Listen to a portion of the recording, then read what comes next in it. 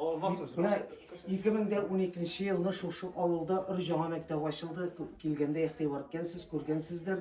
Mına şu mektep açılgaçtan sadik şunda kıştı. Bu aldağı 80'li yıllarda tüzülgen sadigi. 12. yıldan 18. yıla hatlı bu bina boş durdu.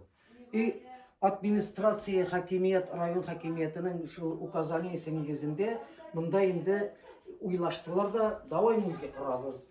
Mına şu ayıttırıp 2018'de kapital remont tutuldu, bu sütü batıldı, 2 milyon yarımlık sırası tutuldu bunlarga. Hem 19. yılının başında, Mart aylarında üst kişine işli başladı indi. Mına şu şundağı bütün eyber, benim üst kişimle yılgan eyber. Mına kişilerden tavıp çünkü kıyınlaştı. 2019 yıllarda уже soğuş bitkenge de көп vakit uzgan, bir көп istelikler yoğalgan. Çünkü 2000 gaz krizi zamanında 90'lı 2000'li yıllar arasında halk ısplaşlı jırtıra periya barudum yasadı. Şunda özünün bütün iskeyberini çıkarıp tüktü. Kimge gine barıp kırmayayım?